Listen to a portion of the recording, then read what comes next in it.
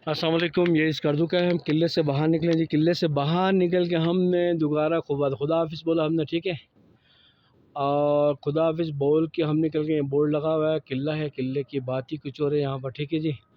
पुरानी दीवारें हैं, रिपेयरिंग की ज़रूरत है। गवर्नमेंट ऑफ पाकिस्तान को, गिलगित बल्तिस्तान की गवर्नमेंट को चाहिए कि इसका ख्याल रखें और इसको रिपेयर करें।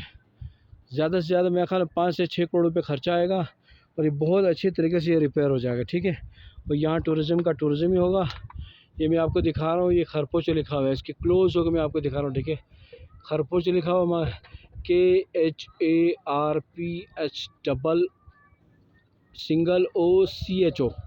ये आपको नज़र आया। ये मैंने आपको बनाया क्लिप, और यहाँ का इंशाल्लाह मैं उम्मीद करता हूँ कि मैं छोटे से क्लिप को आप सब लाइक और सब्सक्राइब करेंगे।